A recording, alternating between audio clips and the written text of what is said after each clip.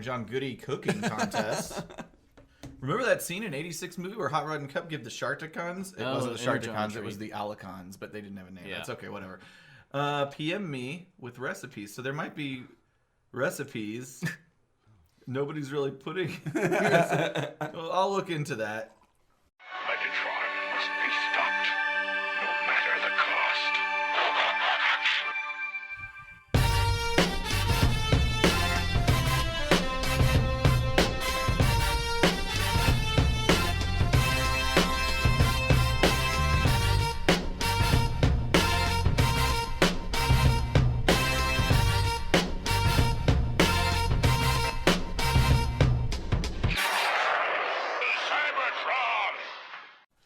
Welcome, ladies and gentlemen. Welcome. I'm sorry. I fucked it right up. Okay.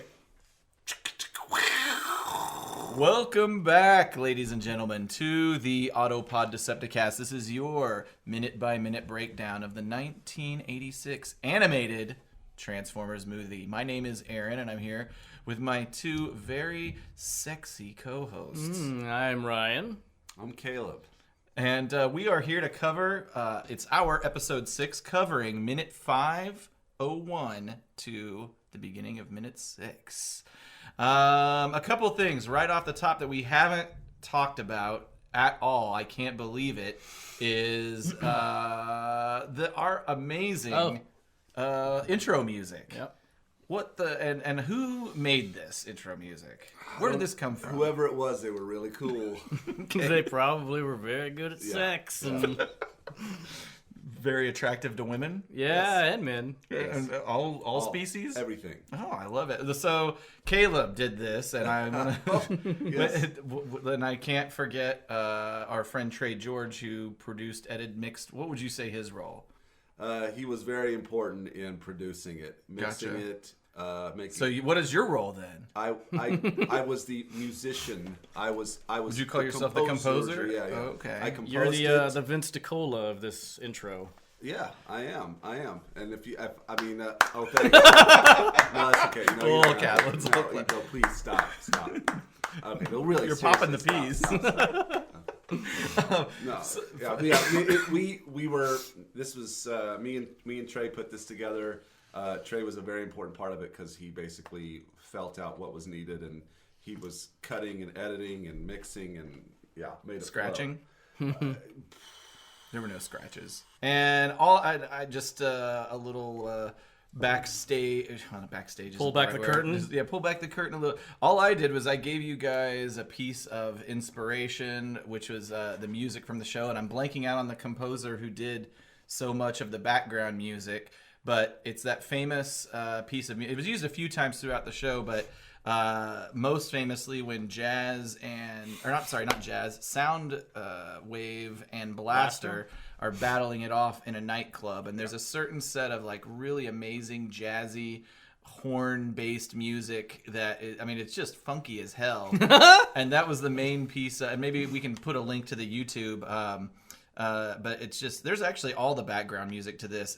Taken out of context of the show is still amazing. The composing and it's just awesome. I want to think that the piece of music that you're talking about, I want to think that it was like some kind of stock funky music that, and from what we can tell, it was recorded in Japan at some point. It's really funky. It's kind of out of place with the other music that's going on, and so what I think is that they probably pulled it from just some stock Japanese studio source. I would like to know more about it because it's solid studio work, but it's hard to find any information on it. And you're right. There are other compilations of the G1 background music, and that particular piece is, from what I can understand, is not included on those compilations. So that adds credibility to what you're saying. I want to think that they were probably, they were animating it, and they had the scene, and they were like, we need some funky music, and that one they probably looked through some portfolio of stuff that was purchasable for the track, and they saw that one, and they were like, So on YouTube you can find it. It's called Generic Rock Disco Theme Transformers G1. If you have any information about this track, Generic Rock, the source, we would love to hear it and talk about it, even though it's technically this is the good part. Not related. That's the inspiration for our theme stuff. song. The drummer And then is it goes on. phenomenal. So we're kicking off the minute with kind of a whiny exchange between Optimus Prime and Ironhide, and we're going to end the minute with a countdown, a perfect countdown, ending on the minute by our friend Cliffjumper. And we mentioned it a little earlier. I said in the last episode that Prime is kind of a dick in this moment, but really Ironhide's kind of a whiny. Prime's got to be Asshole. a leader here. I feel like he's been on Prime's ass about this for a long time, and we're just seeing the last straw. This is as close to Prime being a complete asshole as possible. He's just like, I've got to send this guy away. Ironhide is like an elder statesman, though, of the Transformers universe, right? I wouldn't say elder statesman. That implies I think he's just a veteran, you know? Right, but you'd think that Prime would have got rid of him millions of years ago if he... I think of Ironhide as kind of like not necessarily second in command, but up there in the power structure. He's like one of those employees that have been around a long time, and they talk shit. You talk shit. It's just kind of understood that that's just how that's the way things go. So maybe perhaps Ironhide knows where Prime's bodies are buried. Why do you assume they don't want to work together just from this one exchange? You're the one who said that. I'm just playing said up on that your comment. Are you saying Ironhide has some shit on Optimus Prime? He knows where the prostitutes are buried? Exactly. I'm sorry, sex workers. The robo sex workers. Now I want to see that fan fiction. Well, now is not the time to ask whether Transformers have intercourse or not. When is the time? So, okay. I want to ask again, and I think that we're going to need some audience help on this. Who is sitting next to Ironhide in this chair at minute? It is 5 minutes and 7 seconds. Yeah, it's a wide pan of the control room where Ironhide's getting ready to go get up and. But yeah, I know what you're saying. So it's the person who's sitting to the right of Ironhide, and who did you say you thought it was? Windcharger? I'm saying Windcharger. Other potential candidates are Brawn. Yeah, I was thinking Brawn at first, just wrong color. But yeah, Brawn's yellow. Okay. They've been known to miscolor people before. True. I don't remember if the script gave us any indications, but all right. So Optimus Prime gives an order to the whiny Ironhide. We mentioned in the last episode that it was actually Ironhide's idea in an early draft of the script to go to Earth. In this one, he just is straight up told, "Get the fuck out of here." And then Prime asks for a security update from our friend Jazz. This is the first appearance of Jazz. On the other go ahead. One thing here, like this, go till he turns into a vehicle Minivan? mode. Okay, he's running. Yeah. Okay, yeah. This is funny because the first transformation in the movie is off camera. So between the seconds of we'll say 5:15 to 5:18, you see Ironhide running, and then he transforms behind a wall. That was a conscious decision. Why would they do that? I don't know, man. They're burying the lead. This also brings up a larger point. Why are they Transformers in the first place? Ooh, that's a deep. Do we want to go there right now? I mean, okay, and in this makes sense on Earth. Like, why couldn't they just get in a car, their version of a car, and go where they need to go? And I understand war machines like the Seekers and tanks and things like that, but just a truck, putting that question out there and us not being able to answer it fundamentally is probably going to cause us to lose credibility. I have a good answer for it. Okay. Imagine having a big movie called Transformers, where none of the lead characters that have been transforming are not transforming. I didn't want to look up the reason why. That would be terrible. Because I wanted to speculate about it, but I will look it up after this episode just to see the theories that are out there. But on Earth, it makes total sense because they're robots in disguise, but they're not robots in disguise on Cybertron because nobody's being fooled. Right. Maybe they're just creatures of habit. They're like, I'm used to turning into a minivan, and I want to be a minivan. What if on Cybertron they never turned into their robot modes? They were only in their vehicle modes, doing their stuff and watching monitors while a plane. They're in their Earth modes. Cybertron. I swear on Cybertron they were transforming into more advanced They were different. Yeah, they were different. Like Bumblebee was like a hovercraft, and the Seekers were like triangular planes. Those were their Cybertronian modes. And then when they go to Earth, Teletran 1. When he's rebuilding them, gives them Earth forms, and so they're still in their Earth form. They're still in their in Earth this form movie. here. Well, and they need to be recognizable for the audience. Right.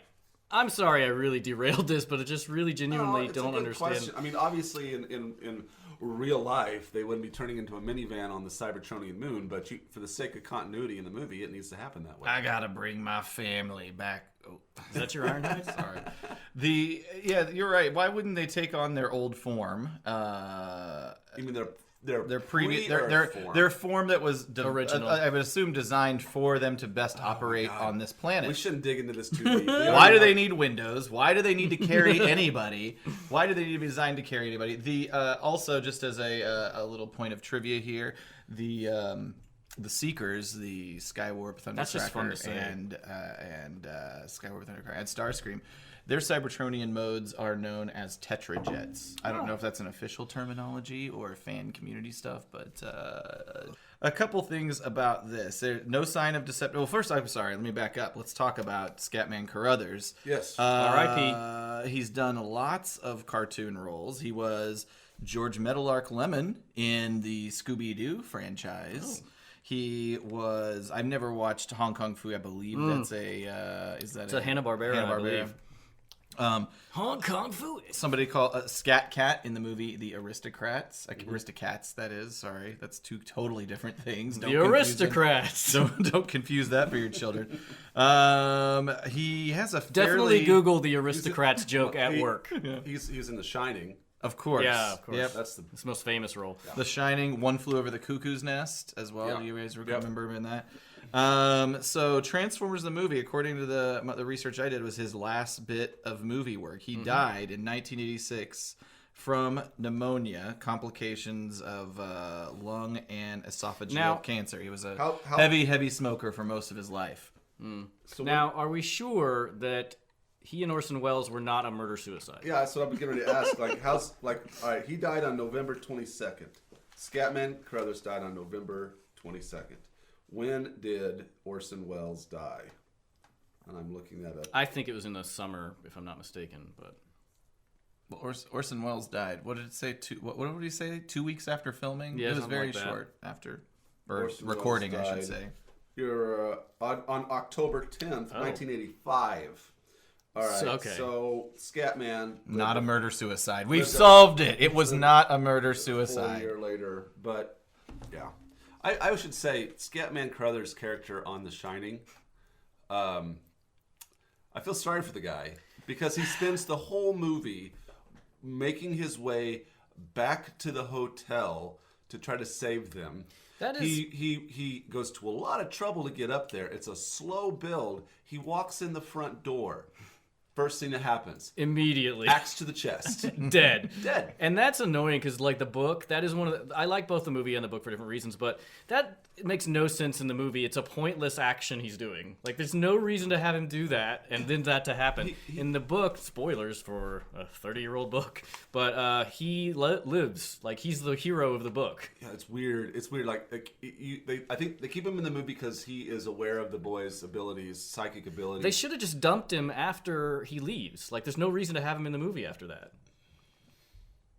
I'm trying to remember. It's been a while since I've seen the movie and I've never read the book. All I remember is him getting the phone call and this like velvet painting of a there's foxy a black- mama, yeah. of a foxy lady who I believe is naked, is hanging awesome- out. Those kinds of paintings are a total relic, by the way, of the late 70s, early Velvet mid painting. 80s. She has a big afro. Velvet It's a paintings big with velvet like black naked split. lady velvet paintings. You got me one of A those black for my birthday. exploitation. And do you still have it? I have it. It's just a woman standing topless, painted on beautifully on black velvet, and it is in my basement. And so he leaves his bedroom it's hanging up. with that awesome thing. Gets in a snowcat, drives up to this thing, walks in the front door, bam, dead. Within like 30 seconds of walking in the front door of Yeah, this place. it's immediate. It's the first thing that He happens. doesn't that's it. And I'm like, it's such a bummer. I don't know. I don't understand that choice. But I love the movie. That's one thing that really bothers me when I watch the movie. So back to Transformers. Sorry. Yeah. No, that's fine. No, this is That's great. Scatman Crothers. Scatman Crothers, Crothers, man. R.I.P.. R.I.P. Pour out some liquor. So he wants security status from Jazz. And Jazz is like, everything's cool around here. And then he says, well, hey, what about Moonbase 2? And then Jazz says, hey, Moonbase 2, how you doing? Why did Jazz have to be the go-between for that situation? Is Jazz the security guy on Moonbase 1, and then he's just got to check in on Moonbase 2? I think they would have their own security guy. Maybe I'm getting too wrapped up in the logistics. I think Jazz is a middleman in this situation that you don't need. The main security guy, because Moonbase 1 is their major operation, so he's the main security guy. And then Bumblebee and Spike are the, like... only people on Moonbase 2, apparently? Not the only people, but the junior security officers from that person. Like, it's an outpost, basically. This is proof that the downfall of the Autobots is their bureaucratic system. It's too convoluted. You've got the Decepticons have a strict... autocracy. If Megatron wants answers, he's going to go directly to the source. Meanwhile, Optimus is like going through all these chains of command. Inefficient. Meanwhile, Laserbeak is watching the whole thing. So it was maybe edited out of the movie, but it was like Jazz to Moonbase 2, Jazz to Moonbase 2. So you got some other guy, we'll say Hound, and he's like, I don't know, let me check with my people. And then they go to another guy, and finally we get to Bumblebee and Spike. And then eventually we find out the papers saying that they were determined to attack the towers were sitting on the desk the whole time. The conspiracy is real. Inside job. Follow the money. How many 9/11 references can we make throughout this podcast? I'd say we're 5 for 5. I think it's only 3, maybe. Okay. But I don't know. You're doing the editing. So, okay. So one other thing I wanted to point out about this is we see adult Spike. Yes. This is the introduction of adult Spike as a character. He says, Ironhide, tell my son Daniel that I've got a message. So we see adult Spike. It is revealed to us that he has procreated and has a son. So his seed is good. On Earth. And I have a couple notes here about the voice actor who portrayed Spike, name of Corey Burton. And actually, he has done a lot of work in the Transformers post this G1 universe. He did a lot of work. So in this world, G1, he voiced Alpha Trion, Brawn, Shockwave, Sunstreaker, and Vector Sigma, which I don't recall having a voice or actually being a character per se. I always thought of it as a thing, but I would need to rewatch everything to confirm that. But then there was the series Transformers Animated, which I've never seen and want to see because I've always loved the animation style, and it feels like Is this the new one? It's not new. It's it's probably from 10 years ago. Okay. But it was more cartoony style, but it was very homage-y of G1 and homage. Is that a word? Yeah, I get it. And in that show, he did Ironhide, Ratchet, Megatron, Shockwave, and Spike. He's done lots of other roles for Disney, Rocky and Bullwinkle, Star Wars, Clone Wars, Batman, animated Superman series, and video games as well. So this guy he's prolific. He's been a pretty solid voice actor for a while. It's in this part where we are introduced to adult Spike is a bummer, man, because knowing what happens, like Ironhide's like, "Will do, Spike. I'll definitely tell you something." Whoa, that was like a mix-up of Scatman Crothers and Ironhide. "I'll definitely tell Daniel that everything's cool," and then he's fucking. That's not what happens. But this is. I asked you this, and you told me the answer, but I'm pretending like I didn't know. I never really realized. I didn't think about this until watching it. But who Daniel's mother is and why we never see her? Who is his mother?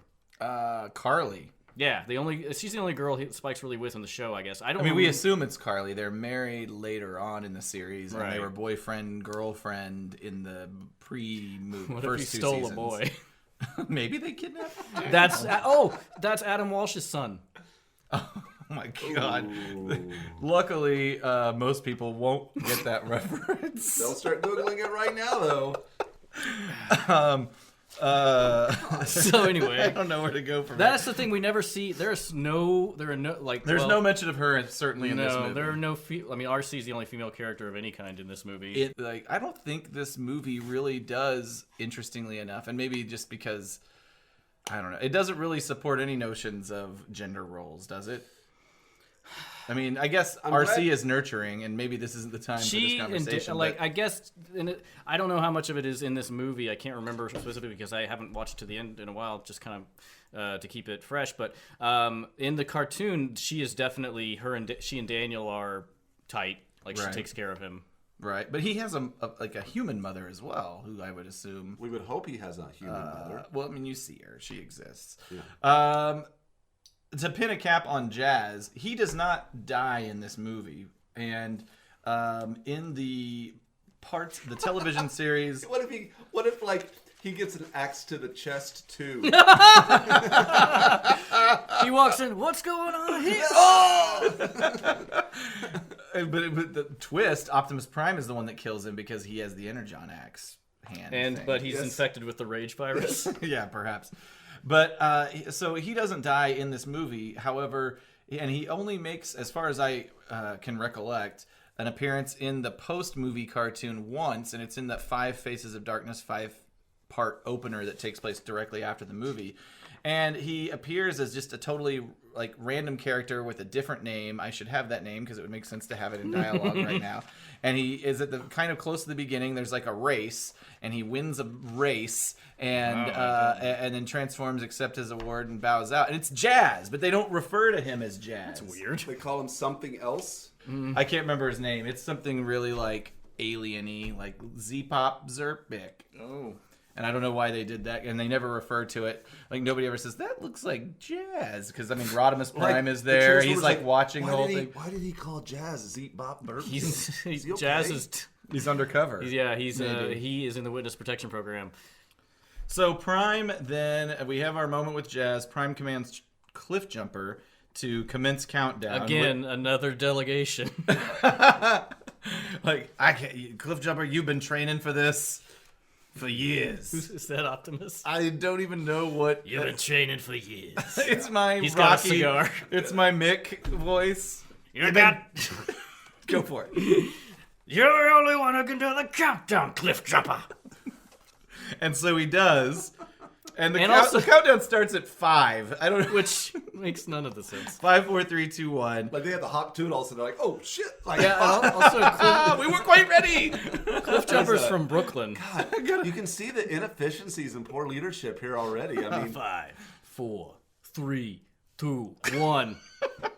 So Casey Kasem is the voice of Cliffjumper. He also voiced Blue Streak. You guys remember the character Dr. Arkville? Is it Arkville? Is that the guy who crazy worked with Megatron? Yeah. And he was also the voice of Teletran 1. Of course, most people know him as the voice of American Top 40 from the years 1970 to 2009. And also other roles, Shaggy, Robin from Super Friends, and Mary from the old animated version of Lord of the Rings. Whoa. So, obviously, great voice, iconic voice. Do you guys know the story of how he put ways from the Transformers series? I do. You don't have to tell anybody on the show. Let's just move on. No, why don't you tell us the story? I don't think they want to hear it. What? You're so abrupt. All right, thanks for listening, I guys. think he's doing a bit about you saying you knew the answer to how old he was. No, please continue with your story. If you know, I was going to give somebody the opportunity to talk about it. Are you saying I can't tell if you're saying no because you know it and it feels too controversial? You're just being a dick. It was like you were asking us a story, and what if we would have both said, yeah. Okay. God, I couldn't tell whose bow that shot was It's a over. bit of back and forth humor. Okay. Oh, man. We're in the all I nature knew of our was- platform. Okay, that was funny. Oh, gosh. Does anybody know? I don't. I do not. I have a clue. Okay, well, I know. Moving on. Enlighten us. So there is an episode in the 3rd season, which is post-movie, called Thief in the Night. And he left because Casey Kasem, his ethnic heritage or his country of origin is Libya. And Casey Kasem was Libyan? yes, But or not- American Libyan, perhaps. not I first don't know if he was. I don't know if he was generation born. immigrant. Yeah, I would assume that he was Interesting. born in the United States. But Hey, This is Casey Kasem breaking into this broadcast to say I'm Lebanese American, not Libyan. You stupid sons of bitches. Here's a popular request that's shooting up the charts. How about you three assholes straight up go fuck yourselves? Well, it's back to the shadow realm for me, so keep your feet on the ground, and I hope you guys die real soon. But at any rate, so there was an episode, I don't know if you guys remember it, Thief of the Night, but there was a very stereotypical sort of Middle Eastern dictator as sort of the bad guy of the episode. And to add even more fuel to the fire of controversy with that, the country that this dictator was in charge of was called Carbamia. Oh my god! You know somebody was high-fiving over that fucking... Yeah, man. So that made Casey irritated. Annoyed. At the least. Good for him. And he walked out of the Carbamia. series. He actually it was quoted as saying that he didn't mind people of Arab descent being portrayed as villains per se, but when the villains are the only Arab characters, or the only Arab characters in the story are villains, he had a problem with that, and there was no positive counter examples that were offered, and so so he walked away. But I mean, the Carbamia is enough, really. Yeah. He's like, guys, I was reading the script and that's actually not bad. it says Carbamia. Yeah, it's a clever play on words. Thousands and thousands of years of culture, and this is what we're summarized to. Well, you're dropping right off the charts in my book. Speaking of dropping off the charts, he passed away in 2013. I'm laughing too hard at my own joke. I mean, it's solid. Passed away from... excuse me. Okay, so R.I.P. R.I.P. Casey Kasem. R.I.P. Casey Kasem. He passed away in 2013 from complications of Lewy body dementia. Okay, Ryan, do you have any other notes? I am fresh out. And Caleb has no notes. I have no notes, and I have to leave It's in 4:03. like 5 Okay, he's got to minutes. go. Caleb's got to go. I do have one. I have one script deviation. In that, which I'm trying to think. It's like the last shot. Or okay, so Cliffjumper's counting down. You see The bureaucracy and basically the scene ends. It's like a Skype chat. They're all like chatting it up, checking with the other moon base. Okay, So, so hang beep on. beep boop boop. They're planning on sending Thumbs the up. ship. Thumbs, yeah.